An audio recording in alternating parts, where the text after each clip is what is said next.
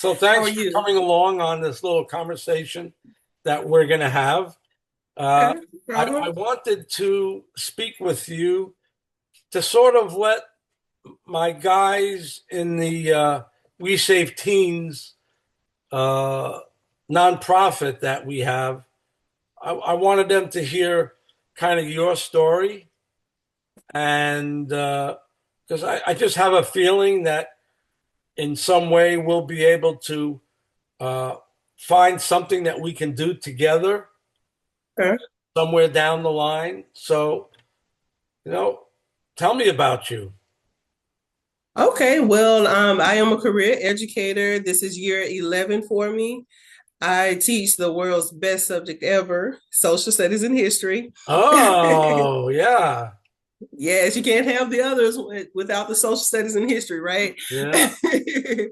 So, yes, and I've been doing that. So I do work with children, and it's just been a ride. I have just recently opened my educational consultancy where I train other teachers and other education professionals on how to bring engagement and discovery into the classroom. So that's what I'm working on building now. I am an author, published author.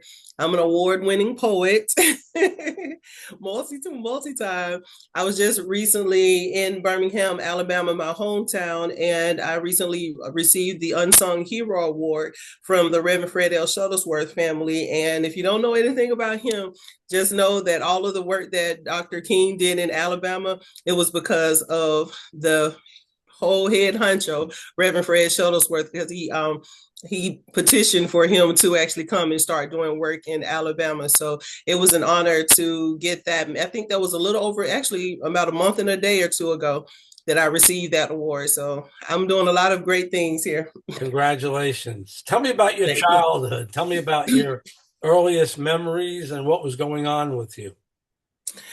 So I do have some early memories with my biological mom. I never knew my dad. That's kind of characteristic, I would say, of a lot of people. But I grew up with my mom up until a certain age, and when I was about maybe 3, 4, 5 or so, I went into foster care. So I have like a few early memories with her before I went into foster care, but I was so young. Of course, those memories don't necessarily stay. But then I remember going into foster care, not really understanding why, because I remember my baby brother and I were at her friend's house, and my mom was supposed to come back and pick us up after work, but then she didn't come back. And we were like, what's going on? And then the people we were staying with, she actually trusted them or whatever. And, they didn't harm us or anything. But it got to the point where, these kids were supposed to be gone 2 weeks ago or 3 weeks ago, but they're still here. So that was the first time that we, as in my younger brother, the one that was born after me, went into foster care. And then we didn't know what was going on because he was 3 years younger than me. And then I was super young. I was super young at the time. So we didn't really understand. But then we learned later, like years and years later, once we were reconnected with her, that she was in an apartment fire. And so it was really crazy about that apartment fire is because she told me one story my entire life. And I was just feeling for her, like, oh my God, you just went home. And I remember she used to smoke like cigarettes, and she lit a cigarette. She said she lit a cigarette, and then the entire apartment just, blew up. But then when later on, I think, I can't remember how old I was, but this was back in 2016 when my oldest brother was murdered. I was talking to my younger brother, and he was the one who actually told me that, yes, that apartment fire was because of, like, our mom was on drugs, and then the fire was because of the drugs. And like, I think it had something to do with a crack pipe. I don't do drugs, so I don't know, what it was, but it was because of that. And like, she has skin graft on her hands where they took the skin off of her leg, her thighs, put it on her hands, put it on her face. You can still see the graft on her hands, but you can't really tell on her face. And And I just lived with that lie, whatever my entire life until I was an adult. And then I was able to find out the truth and from my little brother. Like, he was younger than me, but that was something that he knew, probably because he grew up mostly with his biological father. So that was like really, really crazy. And then one of the things that really cemented his version of the story with me is because I'm a super nerd. I love history, I love researching, right? And I remember finding a newspaper article from the 80s that chronicled the whole situation with the apartment fire. And the craziest thing was that my mom was actually on fire. She was like, the flames was on her. And then she literally walked to one of the houses next door, knocked on the door, nobody came, and then she just sat down on the porch. You know what I mean? So, because like, if I don't want you to imagine being on fire, but Yeah, you're in you shock. You're in shock. You don't know what to do. yeah, so it was like I knew that there was like a lot of mental stuff that was going on, likely because of the drug use. I knew of a lot of the trauma that she went through as a child, as a young, adult and such, and as a child. But then that just took it to another level. So long story short, when I was really little, we went into foster care. When I was about I think 7 years old, we were able to be reunited with her. But my brother had gone to live with his biological father because they knew him, but they didn't know mine because she would never tell anybody. So I went back. I was reunited with her. While I was with her, I experienced a lot of different types of abuse there, and then even homelessness at the very end. And then went back into the foster care system. So she didn't really make the take the necessary steps to get us back. Like, they told her she had to keep a job, get a job and keep it. And then she had to get a house and have to keep it for a certain amount of time and, just show her stability as an adult. She never did that. So it was like a mixture of, well, for us, we didn't understand mental health and how that impacted people's actions. So we just thought it was like a willful thing that she was doing. She didn't want to take care of us or what have you. And so I just detached myself mentally from her. I was like, hey, I'm going to high school, I'm going to be in the show choir, I'm going to be in the band, I'm going to be in the SGA, I'm going to do all of these things. And those were the things that I put my attention to. I wasn't putting my mind or my heart into going to our monthly visits, because most of the time she wouldn't even show up. And I'm like, I missed band practice for this. We got a game on Friday night. So I stopped going to the visits because it was kind of like if you have like an open wound and you have it, you put your little sutures or whatever, I'm not in the medical field, but you try to secure it, but then ever so often, right before it's healed, somebody snatches it off and then re-exposes the wound. So I stopped doing that. I just focused on, I was always very studious. I knew I wanted to be successful. I realized from a very young age that she wasn't going to help me pay for college. So I had to get to college on my own. So it was that inner desire to succeed in spite of. You know what I mean? So it's like, people can tell you, oh, you're going to be successful or you need to be successful. But that coaching, really, what hit me the most was me telling myself that I'm going to succeed. And the only way that I would have that success, of course, with God's help and guidance, was if I wanted it myself. So that's what I worked hard for. Wow, Yeah. it's a lot. Yeah, and I will say that my experience, and this is something I was thinking about in a couple of days since I was talking with you. I don't necessarily talk too much about my experience in foster care, and I don't do it because I'm ashamed or embarrassed. But I guess I have not consciously, but subconsciously chosen not to, because I know that my time in foster care was positive. And it's very, very rare, extremely rare for a person to have gone through foster care and they have mostly positive experiences. So I don't want my story, I guess subconsciously, what I was thinking of is that I never wanted my story to diminish or water down somebody else's experience. Like, they may have experienced abuse at their foster parents' hands, or they probably wasn't fed, or they probably were beaten senselessly. I was like, I experienced that with my mom, my biological mom, but I don't mind talking about it. But I usually, or, when the conversation comes to me, I don't mind talking about it in that way. But I never want to feel like, oh, honey, I had good parents. I don't want to come off arrogant in that way. But I think that was another covering that God had for me, is that he knew what I was to become, and he knew that that he was the only person that was going to cover me in the way that a parent is supposed to cover it. Sometimes we learn that lesson the hard way. Mm-hmm. Sometimes we learn it a little easier, but I think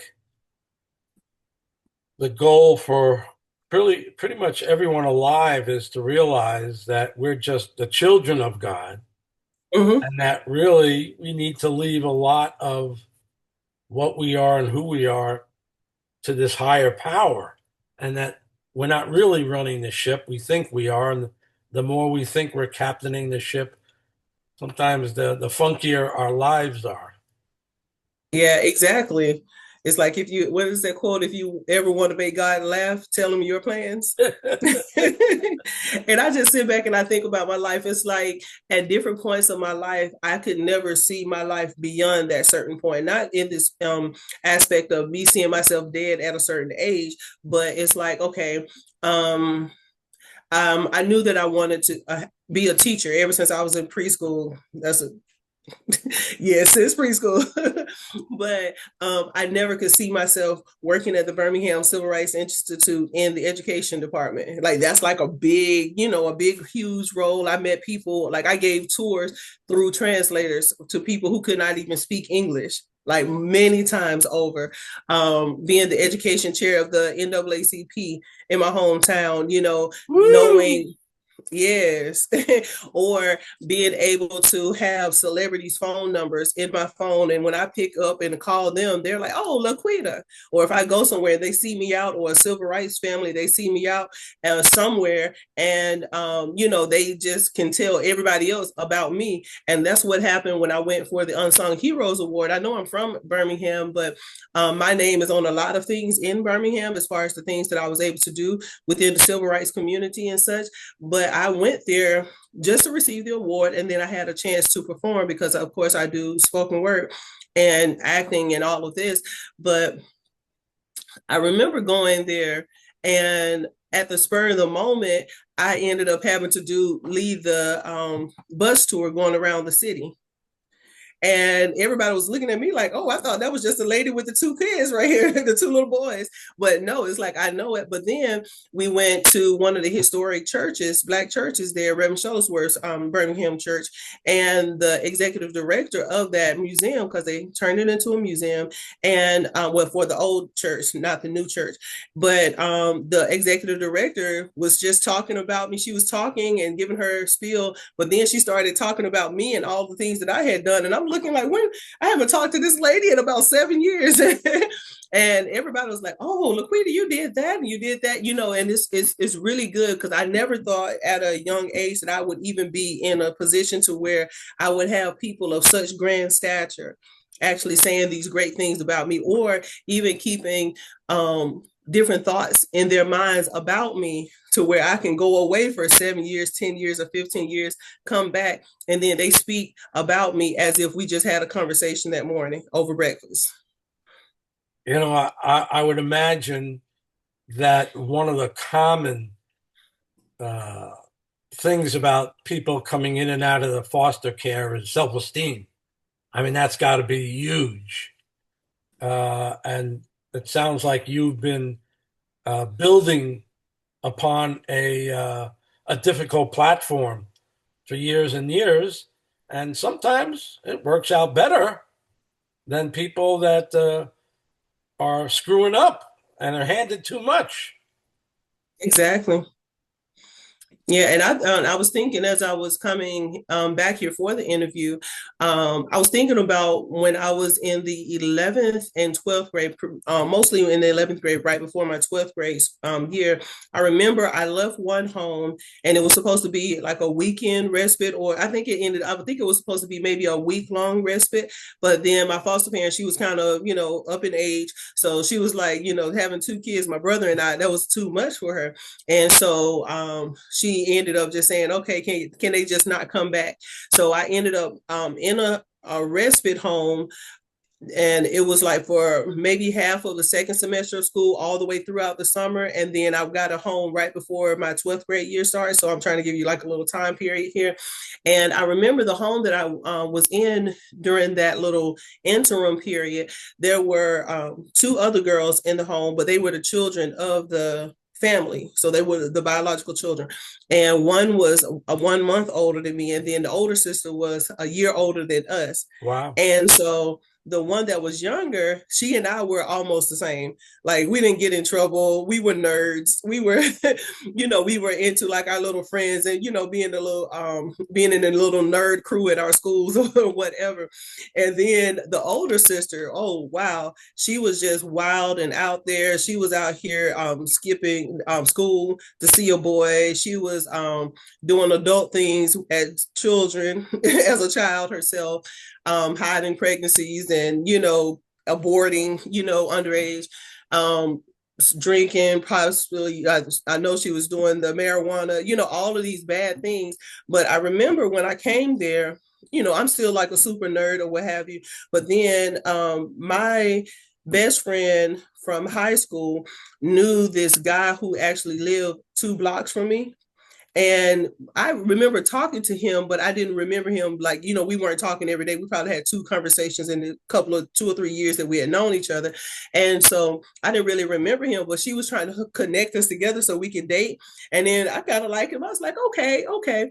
And then the conversation came to my foster parents, and they was like, oh, well, we don't allow our children to date. We don't let them date until they're such and such age or whatever. And I was like, oh, man. And I was like, I don't even do anything. Like, I haven't even shown you that I do anything. But then I remember my social worker coming into the equation because that was a conversation that, everybody was having one-on-ones with her. And then I remember hearing her saying that, oh, well, as foster girls, they usually end up pregnant before they're 18 and they don't even graduate. So she told them to allow me to have the boyfriend because she put me into this stereotypical box of what other girls have done instead of providing me the support, because she actually knew me as a person, because there were no reports of LaQuita skipping, going out of the house after curfew or cursing out her foster parents or being this little terrible little child, who's getting put out of homes because she doesn't know how to behave. You have this little kid that's like super nerdy. And like when I say I'm super nerdy, when I was in advanced classes ever since 7th grade, all the way throughout high school. And then I was in the top 10% of my class. And then my friends and my classmates, which were my friends because we were all nerds, we used to literally compete against each other on different projects. So if I made a 97 and my friend made a 96, I would, kind of quote unquote bully that person like, oh, you're so stupid, you got a 96.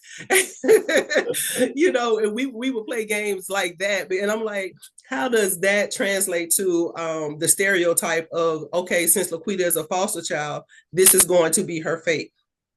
And I remember when she came to my graduation and I sang a solo at graduation, it was so wonderful. I sang a solo at graduation, and then she ran up to me after the graduation. Oh, LaQuita, I just knew you could do it. I just knew you could do it. And I was like, no, you're the one who said to my foster parents that I was going to be pregnant before I was 18 and I wasn't going to graduate high school. But here I am. I'm one of the few students at my school who got a full tuition scholarship to college.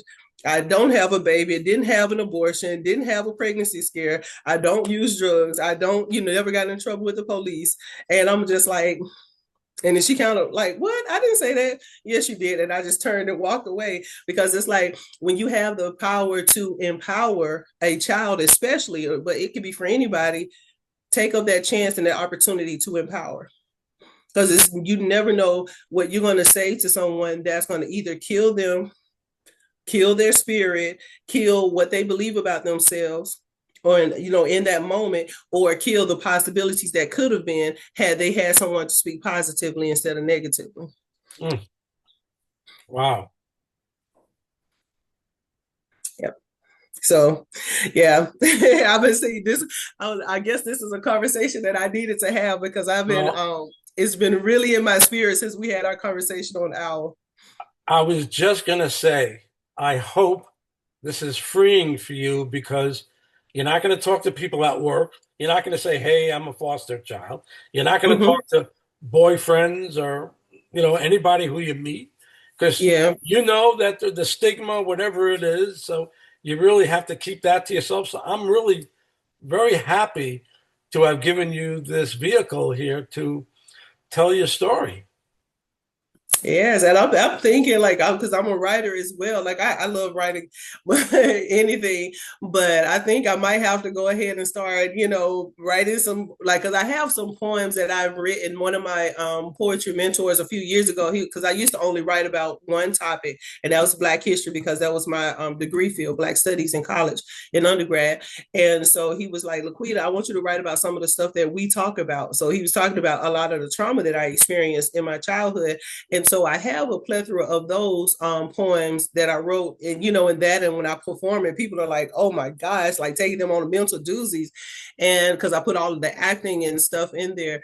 But I think that the world needs to hear some of my stories about foster care, and even if I come from a perspective of like the empowering kids, like kids need to see that. Like I remember this was, I can't remember what year of teaching, but it was has been since I've been in Texas. That I remember, like, of course, like I said, I don't tell people too much that I was a foster kid unless the conversation comes up. But this little boy, he was a foster kid, and some of the kids who found out that he was a foster kid, they would sometimes use that as a means of bullying him. And I was like, what's not going to happen is somebody bullying a kid in front of me. So, and I would tell the entire class, talk to them. I was like, we're not going to do that. But then he had some emotional issues, I would say, and I had that too because I was in therapeutic foster care, meaning that I had to go to therapy sessions often, like either every 2 weeks or every 4 weeks. And so I had these conversations with him, like, hey, I didn't tell him, of course, my personal situation because we can't indulge that much information to students about our personal lives. But I was like, hey, I was a foster kid too, and I don't want you to ever think that just because you are a foster child that you have to uphold these stereotypes that they have of you, because that there are people out there who might not want you to succeed. Maybe they are intimidated by you because you are better at your age than they were at your age. No, don't sit there and let these kids who are in here make fun of you for that. And even if they do make fun of that and I'm not around to protect you, how about you protect yourself? And I was like, when looking at me, do you think that I was a foster kid? Did you ever think that? You can find success. It doesn't matter what you grow up in. You can always find success in yourself, and you have the power to speak the life that you want, and then actually watch it manifest for you. So that was kind of the conversation that I continuously had with him, and he really started changing his behavior because he would act up every day, and I'm like, child, if you don't sit down, if you don't sit down, put those lips together. But he really started seeing that he doesn't have to be like the kid that's always getting sent to the office because that's what the world expected of him, to act up and act all crazy and foolish and stuff. He could be what he knew that he could actually be, and he was a pretty smart kid, but he just had to get to the point where he realized it. And sometimes that realization comes with somebody outside of them seeing that and then reinforcing those positive thoughts about themselves. So I want to encourage you for a number of reasons in a number of ways. I told you that I'm on the board of We Save Teens. It's a Mm-hmm. nonprofit that helps. It's gonna. We haven't really gotten too active yet, but we're going to get Okay. active really soon. We're expecting quite an influx of funds that will really kick things off. So Mm-hmm. two things I want you to know is that the guy who's the president of We Save Teens is another success story. He's Mhm. in his 30s, and we built this whole program around him. Mhm. And he's either writing a book or he's waiting for someone to help him write the book. And he's been encouraged that to write the book in such a way that it could be made into a documentary or a movie. I am the best person to talk with. So, Yes, hello. I love it. Uh, I encourage you to, and here's something else that encourage you to do because I had an amazing success years and years ago with someone who's now a huge best-selling author, and I helped her uh, put her first book together. And it's simply this: I don't know how many people or how many nerds can sit at a computer and just type away their book. I don't know if that's even possible anymore with all the distractions with politics Mhm. and religion and your kids and what and work, Everything. everything. Because when you write, you can't be disturbed. You have to Mhm. get a headspace where you're literally like channeling this stuff and typing as fast as you can. But if you're getting Mhm. distracted by all this stuff, very difficult to happen. So here's what I suggest you do. Now I'm recording this. Mhm. I want to play it to my guys here, but I'm also obviously going to send a copy to you. Mhm. And either you or even the computers these days can transcribe what you said. Mhm. And that will give you the basics of a book. Yeah. And the other thing I suggest you do is even if it's in front of three, four, or five, or six people, find a little room where someone can set up a video camera and tell several aspects of your life in an order Mhm. and make sure someone records it and then transcribe that. And you'll literally, if you do like four or five or six presentations, even if you do Mhm. one a month, say, hey, I'm going to do my next one. Can you come back? All you need is two or three people. You can't talk to yourself, but when you have two or three people, or five or six or 10, you act a different way. Your head's in a different way.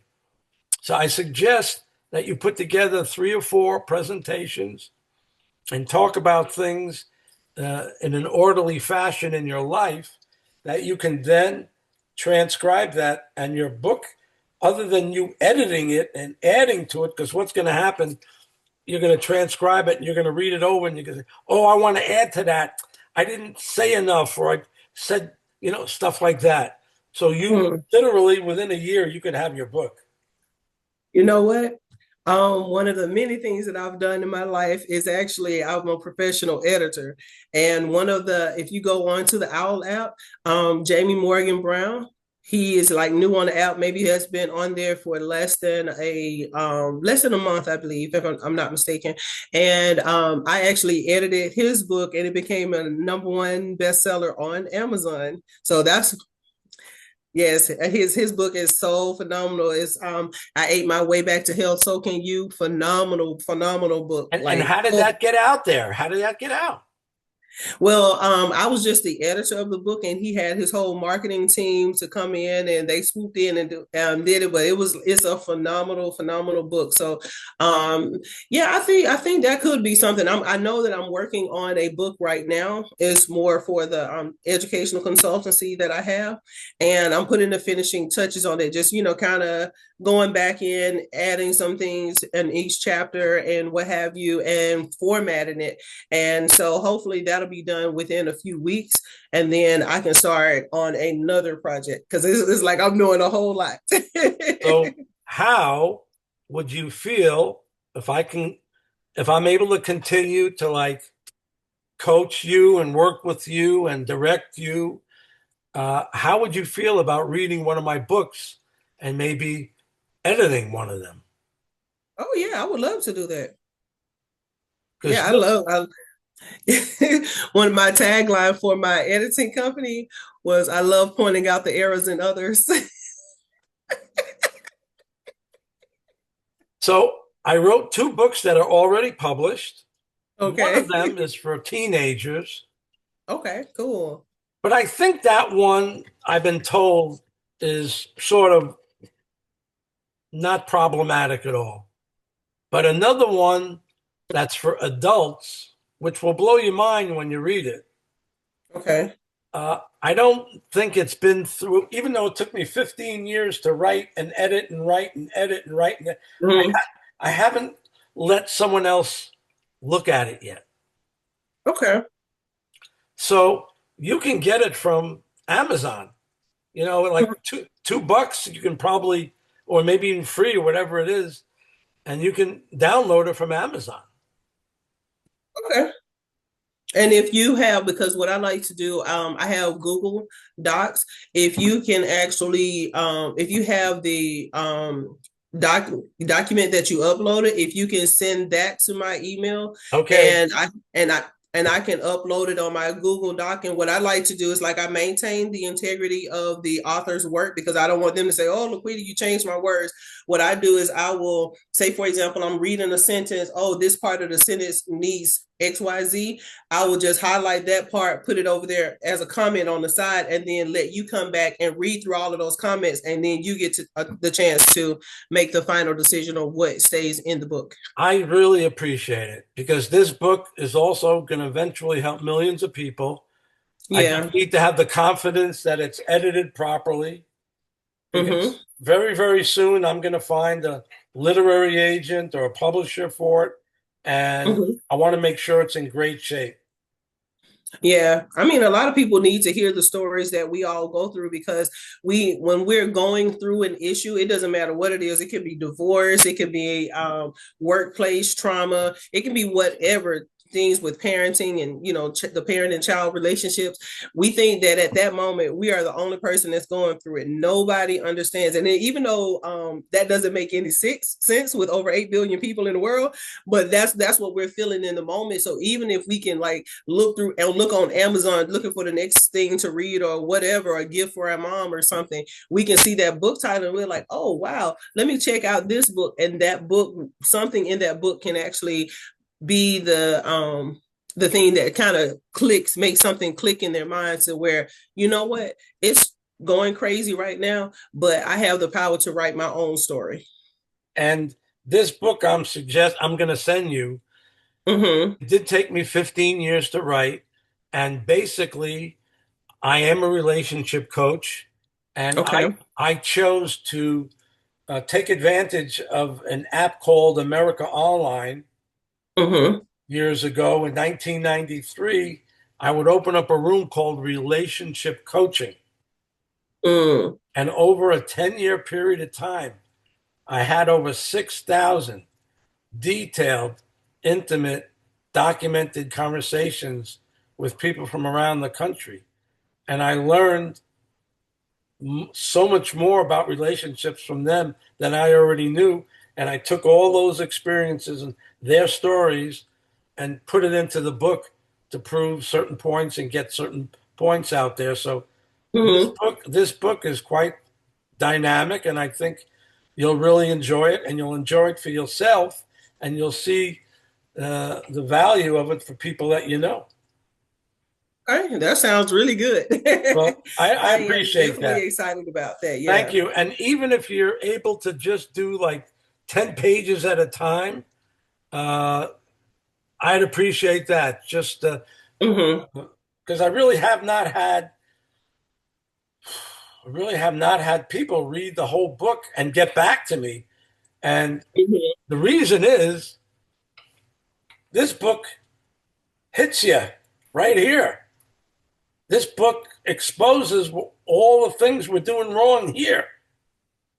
And you know what? It sounds like a book that needs to have a workbook companion. Yes, yes. So maybe you can help me with that, or I'll do it. But absolutely, Yeah, absolutely. most definitely, yeah. Maybe you And can get, even probably even a series. maybe I need someone outside of my own brain to do an outline for a workbook. And I am going to eventually do weekend workshops, week workshops. I just Mm-hmm. met with a guy today who's got experience doing relationship television shows. Yeah. So this could Yep. go Yeah. And then, someplace. This could go yeah. someplace. I mean, most definitely, because I mean, even on the television show, people can see it in real time, because some people they don't like to sit down and open a book or read it on a Kindle. They just want to hear it, maybe when they're going to work, you Yeah, know, yeah, yeah. just turn it on and then just let it go until they get to work. So So that could be thank you something very great. much for spending this time with me.